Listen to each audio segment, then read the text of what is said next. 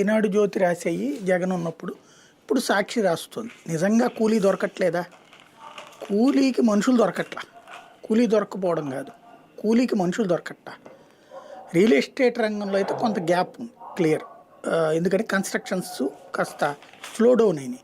Constructions speed ఎప్పుడు అవుతాయి అంటే కొనుగోళ్ళు విపరీతంగా ఉన్నప్పుడు చకచకా జరుగుతూ ఉంటాయి కన్స్ట్రక్షన్స్ కూడా. కొనుగోళ్ళు తక్కువగా ఉన్నప్పుడు కన్స్ట్రక్షన్స్ తగ్గుతాయి. తగ్గినప్పుడు అక్కడ కూలీలతో అవసరం తగ్గుతుంది. అంటే ఈజీగా అర్థమయ్యే భాషలో చెప్పాలంటే ఒక బిల్డరు ఒక 10 ఫ్లాట్లు కడుతున్నాడు, 10 హౌసెస్ కడుతున్నాడు, ఇండివిజువల్ హౌసెస్.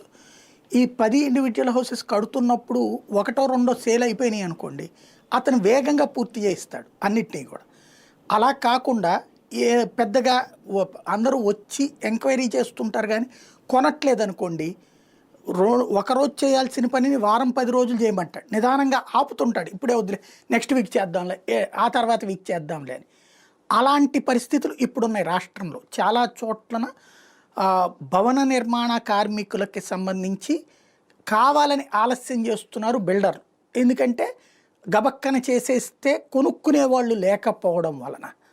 ఇప్పటికీ కూడా మన దగ్గర వచ్చినటువంటి సొమ్మంతా తీసుకెళ్ళి హైదరాబాద్లో కొంటున్నారు, బెంగళూరులో కొంటున్నారు, కానీ మన అమరావతిలో, విజయవాడ, గుంటూరులోనూ ఇన్వెస్ట్ చేయట్లేదు.